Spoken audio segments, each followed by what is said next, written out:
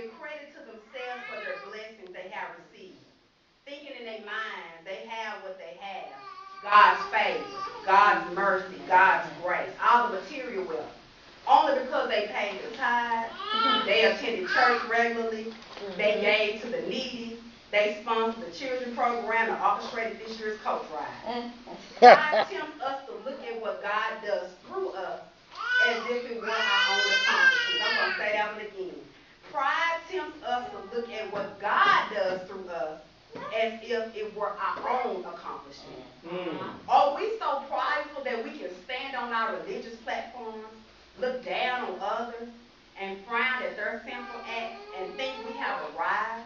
Come on. Because we got a new car, a new job, a new house, or a bonus check this year, we shrug our shoulders back, bragging about God and how God has rewarded our deeds, and talking as though others who have misfortune must be lacking or failing to do something in their lives, the reason they don't have the wealth. Remove the pride, ladies and gentlemen. It is truly about the twins' grace and mercy that we have all that we have.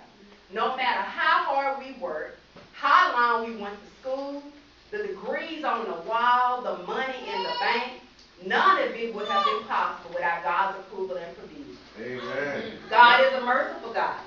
But don't think we can keep shaking our fists at him, That's right. bragging on ourselves, minimizing the part he played, and not reap the consequences and the repercussions of your actions.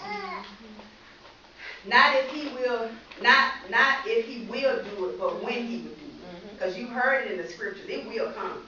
If you don't heed his voice and warning pertaining to your behavior. You might get by, but you won't get away. Amen. So check yourself before you wreck. Amen. So when you do a self-check, ask yourself these questions to see if you have an humble heart, which keeps us from being prideful. Does my heart say it's about God and others, or does my heart say it's about me, myself, and I? Or your thoughts and beliefs, are they one of humility where you consider others better than yourself? Where you feel like your life is truly a reflection of God's glory, that is not about you, and say, not how can people serve me, but how can I serve them? And it will lead to these results: joy, fulfillment, peace, reconciliation, contentment, thankfulness, open and a soft heart toward God. In closing, if you need a reminder of the one who was sent to exercise true humility, the one who never exercised pride, Watch out, girl. the one that had an humble heart and never exemplified pride, read about my Lord and Savior Jesus Christ.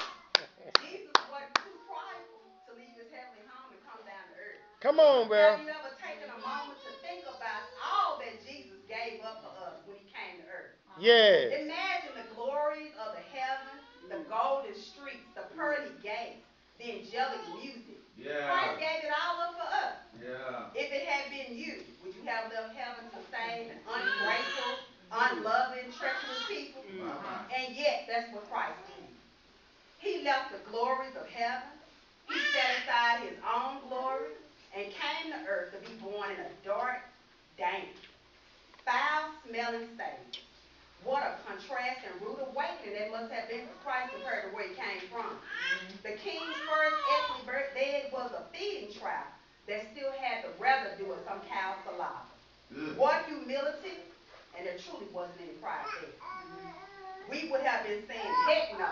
Lord, I didn't sign up for this. We would have had that attitude when it comes to, we have that attitude now when it comes to being laborers in the church. If it takes us out of our comfort zone, we won't do it. We complain about it. It's too hard.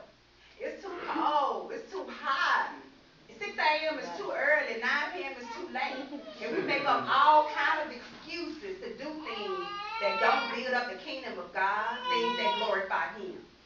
Have we gotten to the point, ladies and gentlemen, where we are on a pedestal of pride, that when it comes to being about our Father's business, some things are beneath us, some things are out limits? Jesus didn't put restrictions on what he did for us. He was the Messiah and was well within his rights to refuse to do anything that was painful, uncomfortable, and inconvenient. He didn't look at the cross and say, I worked too hard to get where I am today, so I'm not belittling myself for people who deny me, persecute me, and denounce my very existence. Not me. I didn't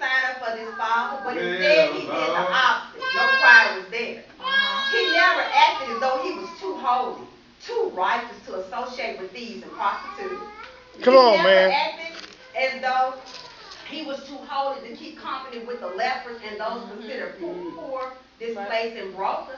No pride there. And lastly, he gave up his life so we may have eternal life.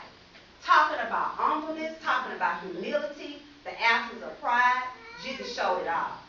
He deserved the best that earth had to offer him. That's right. But instead, he willingly chose poor and humble parents. His first earthly visitors were lowly shepherds. He had the lowly job of a carpenter. Come on, He man. didn't even have his own home. And at the end of his life, he suffered like a criminal's death who didn't do anything. The King of Kings was humiliated from the first moment of his earthly life. Yet that is what Jesus wanted. He didn't come to be served, but to serve us. He came in humility, and as a servant, my